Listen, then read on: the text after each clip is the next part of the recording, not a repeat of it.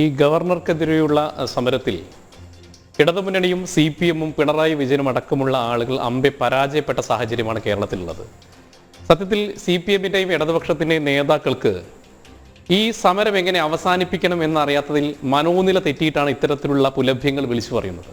ഇപ്പം നിങ്ങൾ നോക്കൂ, ഇത് ഞാൻ നേരത്തെ പറഞ്ഞു, ഇത് ഒരു CPM എന്ന് പറയുന്ന പ്രസ്ഥാനത്തിൻ്റെ പ്രത്യയശാസ്ത്രപരമായിട്ടുള്ളൊരു കാര്യമാണ്.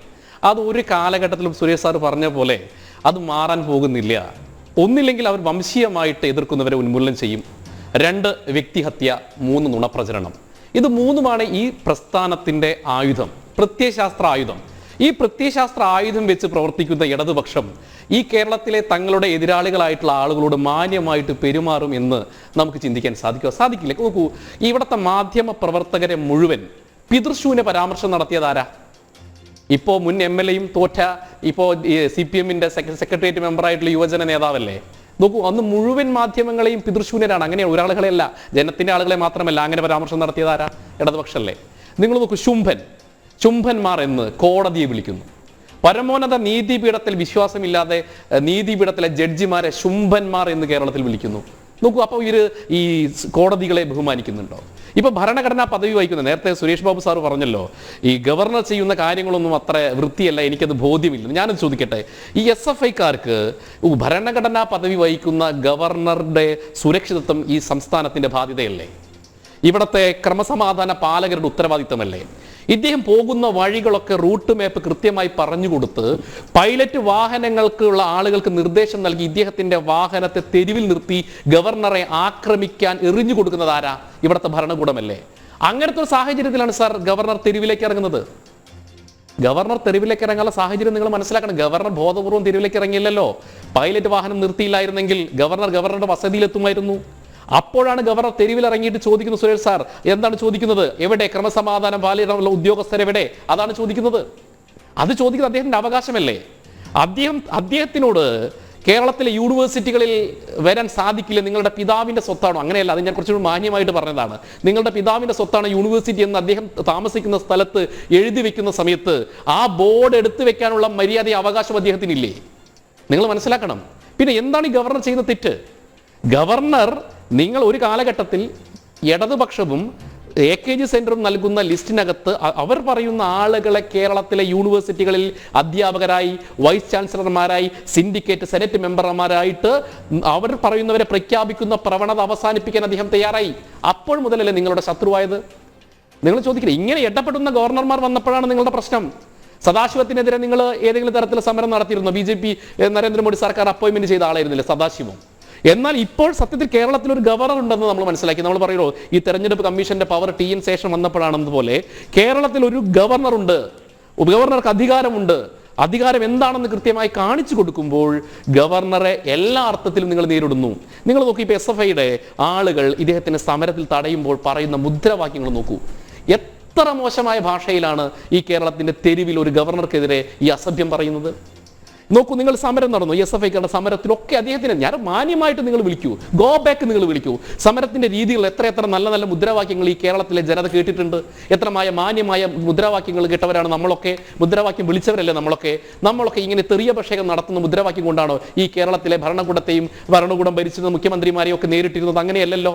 പക്ഷേ ഇവിടെ നടക്കുന്നത് CPM എന്ന് പറയുന്ന പ്രസ്ഥാനം അവർക്ക് ഇഷ്ടമില്ലാത്ത ആളുകളെ ഏത് രീതിയിലും കൈകാര്യം ചെയ്യും. ഒന്നില്ലെങ്കിൽ കായികപരമായി നേരിടും, ഇനി കായികപരമായി നേരിടാൻ പറ്റില്ല വ്യക്തിപരമായി നേരിടും. അത് പെണ്ണാണെങ്കിൽ പുരുഷ ബന്ധം ആരോപിക്കും, ഇനി പുരുഷനാണെങ്കിൽ സ്ത്രീ സംബന്ധമായ കാര്യങ്ങൾ ആരോപിച്ചുകൊണ്ടുള്ള വ്യക്തിഹത്യ നടത്തും, നുണപ്രചരണം നടത്തുക.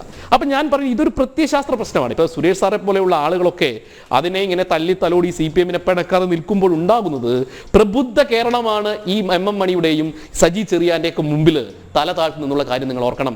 കേരളത്തിന്റെ പ്രബുദ്ധതയുണ്ട്. നമുക്കറിയാം, പണ്ട് കാലഘട്ടങ്ങളിലൊക്കെ ഒരു പുസ്തകം ഇറങ്ങിക്കഴിഞ്ഞാൽ, ഒരു നാടകം ഇറങ്ങിക്കഴിഞ്ഞാൽ, ഒരു സിനിമ ഇറങ്ങിക്കഴിഞ്ഞാൽ പോലും അതിലൊരു സെൻസർ വാചകമുണ്ടെങ്കിൽ തിരുത്തുന്ന ആളുകളാണ് മലയാളികൾ.